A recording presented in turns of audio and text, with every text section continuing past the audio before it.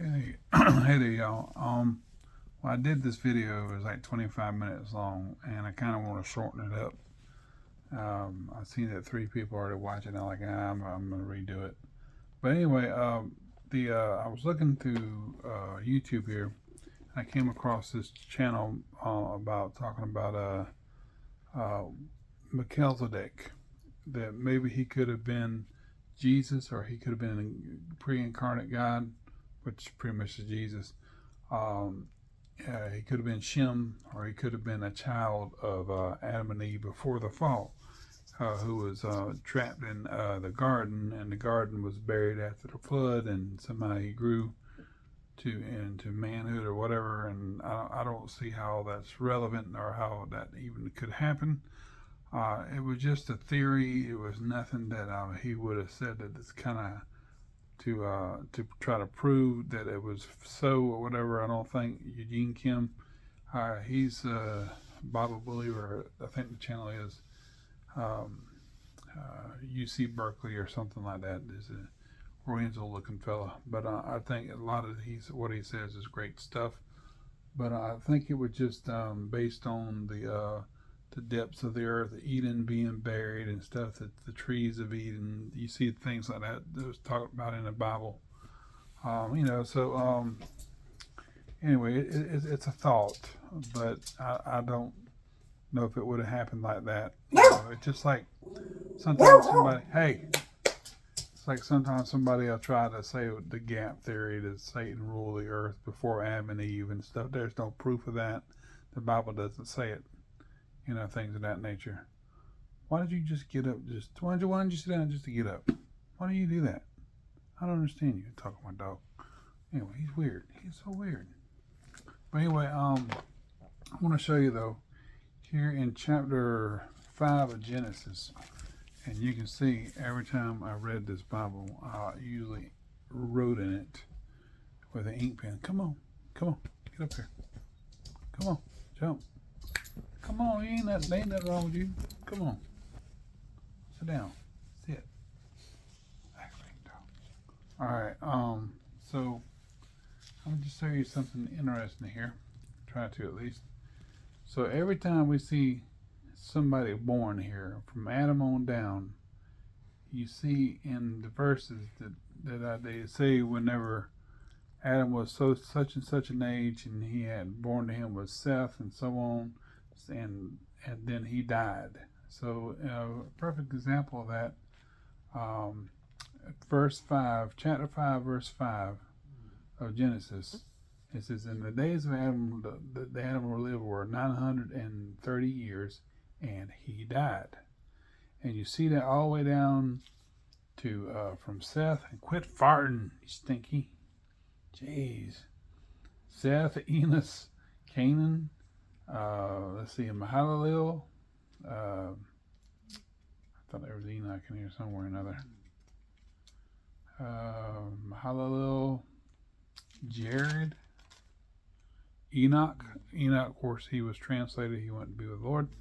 He was taken up. He didn't die. He just,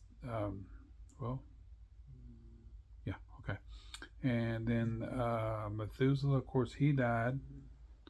And Methuselah's son, Lamech, he eventually died, Noah's dad. And then, of course, Noah was born, and Noah had Shem, Ham, Japheth. Japheth, I believe, being the oldest. And so from that point on, you see that it doesn't say he died anymore. So you go further back to, you see the events of the flood, and I think you get to chapter 9, and it goes on to say the children of Shem, Ham, and Japheth. So let's see here. It talks about going to the land of the Babylon, the Tower of Babel, and of course that's where it all picks up from there. And it says that Noah was like 601 at the time they came out of the ark. And of course, he eventually died at 969. And he says he died. just like everything else, it says he died. Okay, so from Adam on down, except for Enoch, they all died, right? That's what it says at the end, that he died. So and then it's, again, like I said, it talks about the children, Shem, Ham, Japheth. It talks about their children, those who came out of the Semites, which is the Shem, Japhetites, and Hamites, the Ardavites and the Jebusites and all the rest of them, the Mizraimites, Anamim, Levabim, Nebathim, and all the rest of them. So it shows us who came out of who, and then it talks about Arphaxad, and it says Arphaxad begot Salah, Salah begot Eber begot Peleg, and the earth was divided at that time, and Joktan begot Almadad, and Siliph, Hazarmath, and Jerah, and Ophir and Havilah are those, I guess, they were in Arabia somewhere or another. But anyway, you don't really see where they said he died.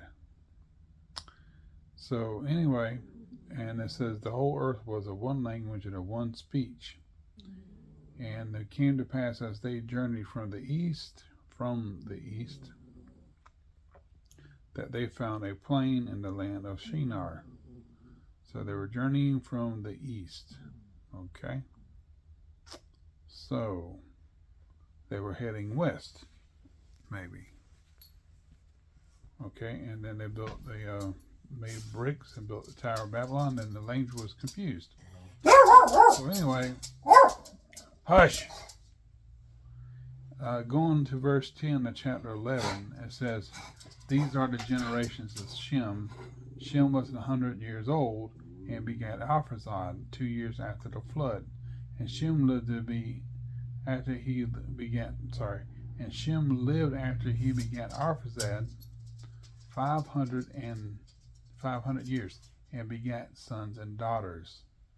Lived after he begat Arphaxad sons and daughters. It doesn't say that he died.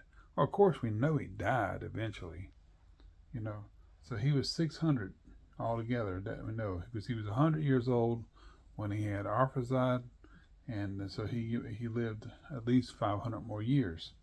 So when we look at that, and I got the book of Annals of the World by James Ussher. So the 4004 BC timeline, it'll show that he was still living at the time of Shem was still living at the time of Abraham or Abram. So this is that book right here. This is my second copy of it. I had one when I first got here, and I gave it to a friend and everything, and I got me another copy. My first copy was from South Carolina. But anyway, so yeah, he passed away, unfortunately. But anyway, so get in here and take a look to that time period. And I think it was,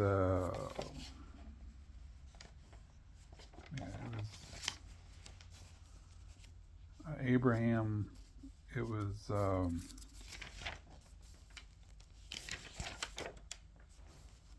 about, it goes from 4004 BC to current, to the time of the Lord's birth. And so it kind of gives you Anno Mundi, which is the age of the earth as well. Has the Julian period, Anno Mundi, the BC, things like that. And so it says about 1912 BC, that's 2092, that's 2000, almost 2100 years after the time of creation. Okay, 2100 years after the time of creation. That in 1912, is about the time that Melchizedek, the king of Salem, met with Abraham, and he gave him, see here, the king of Salem met him and blessed him, and he was the priest of the Most High God. Abram, in return, offered him the tithe of the spoil which he had taken. He kept nothing from the spoil for himself, but restored to every man to his own possessions again. What was not owed he left on to his troops for their service. So that was 1912 BC. Okay, that's what it says in the James Ussher's Annals of the World. So that was 2092, the age of the earth, and on Monday, age of creation. Now, if you go further back, it was about, let's see here, 54 plus 12, what's that? 66 years later, it says Shem, the son of Noah, died 500 years after the birth of Aphazad. So I'm not quite sure how old Abraham was at that time, but it was like 66 years after that Abram met Melchizedek and offered him the tithe and everything after he had blessed him. That was 66 years prior to that. So anyway, that it gives you the idea that Melchizedek could have been Shem. So it's blatantly obvious that that was Shem. Or they very well could have been Shem. There's strong evidence that could have been Shem. But does the Bible say that? No, of course not. But so, and in some ways, it's probably not a good thing to say, oh yeah, that was Shem, that was Shem. But we don't know. Maybe it was the Lord pre-incarnate. But the thing that really gets me about it is if he's the Lord of righteousness, that's the name Melchizedek means, and he's the king of Salem, it seems to me that if he had a company of people with him, that he had evidently been set up for quite a while. So I don't think the Lord would have, unless, but he was with Abram and the two angels, and they before they destroyed the cities and everything of the plain. So he was there at that time in his pre-incarnate form with two angels and their forms, and they destroyed the city of Sodom and Gomorrah, Zeboim and Adama and all that stuff. They destroyed the cities. So anyway, I'm not saying that didn't probably happen, but it seems to me that was a person that's been it was sort of sticking around for quite a long time, and it became a king of a city, or what have you. And in this case, he was a priest. A king priest. So anyway, I believe that could have been Shem, or maybe even Arphaxad, because maybe Shem had just passed away or something. I don't know, but I got a feeling though it might have been one of Abram's ancestors, because he would have continued. Abram, of course, with several others, all the Arabs and all the others were Semites. So they're children of Shem. All of Shem's children were Semites. That's what they called Jews today. They're Semites. Anybody who is a child of Japheth was Japhetic. Anybody who's a child of Ham, black people, are Hamitic. Northern European people are Japhetic. And other people that are kind of in the middle there are Semitic, rather. So when you're anti-Semitic, you're against people who are not only Jews, you're against people who are who come from the line of Shem. So people don't really realize and understand that, do they? Because like when you're anti-Semitic, they think it's just against the Jews. No, that covers everybody that's born of Shem. But a lot of people don't believe in the Bible, but they darn sure use that terminology to kind of refer to Shem as the father of all the Arabs and the Jews. Isn't that weird? But anyway, I thought that was just kind of interesting. You know, how that that Shem could possibly be Melchizedek. And there was a video I did several months ago talking about Hebron and Abraham, how the city of Hebron was under the Canaanite control and everything. So it could have been possible that Eber, one of the children of Shem, could have settled that area. And you know, after they could have left and went to these places before Abraham came out. But the thing of it is, Terah died, Nahor died, but you didn't see where Selah, you didn't say Ru, or any of them. They didn't say he died. Well, of course, we know what they did because Abraham died eventually too. But it just kind of thought it was fascinating. I know it was just kind of playing words and everything, but I just thought it was fascinating how it said this person died, this person died, this person died. But when it goes to after the sons of Noah, Shem, Ham, Japheth, it didn't show that they died. So it seems to me that some of them might have settled in the area where Abraham was. You know, where hush. It seems to me that Shem could have been Melchizedek, who settled on what would become Jebus. It would have become Jebus because of the Jebusites, but it was called Salem before that, you know, and then it would be Jebus because of the Canaanites that were Jebusites that settled there, and then of course eventually it would be called Jerusalem, you know, because of the Jews, because of the Israelites rather, you know, the Hebrews. And anyway, it seems the Hebrews also, because you see in the Bible there, I think it's in Genesis chapter 14. Check it out. So anyway, I'm just trying to make sure of this real quick.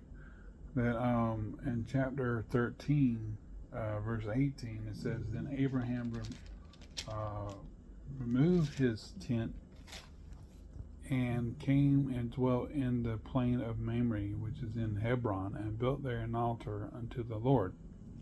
So he settled there in Hebron. I don't know exactly where he came from, but let's see, it's probably Bethel. Hush!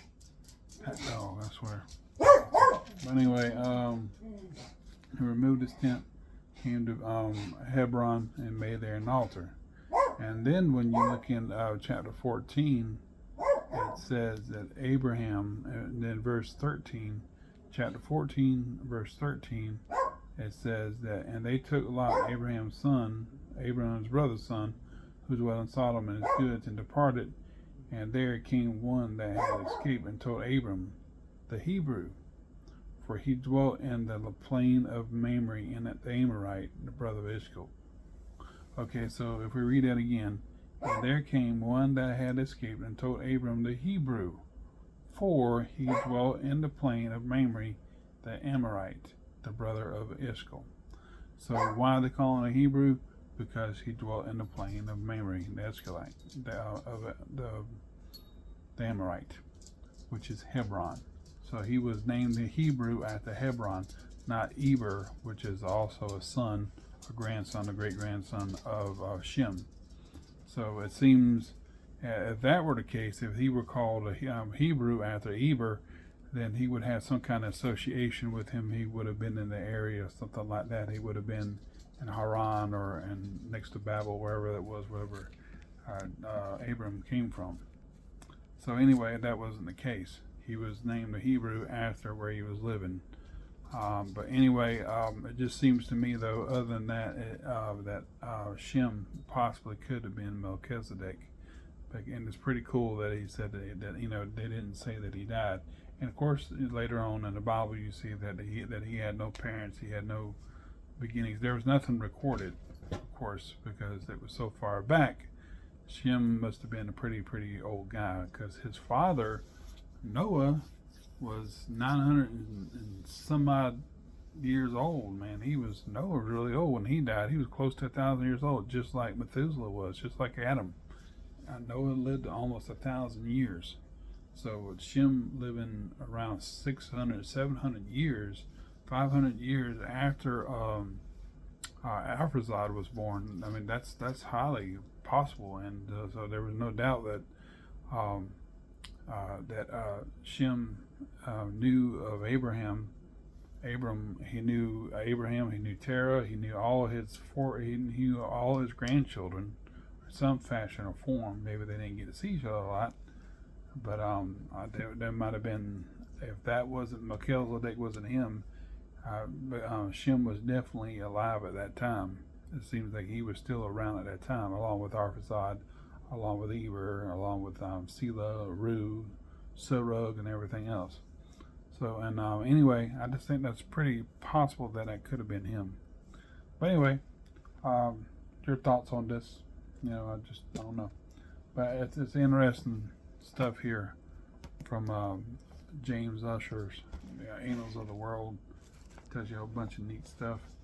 And kind of, if I would have went by what I should have went by with that, instead of marking, like my this Bible is holding the camera up right now on my phone, I marked it all in pencil.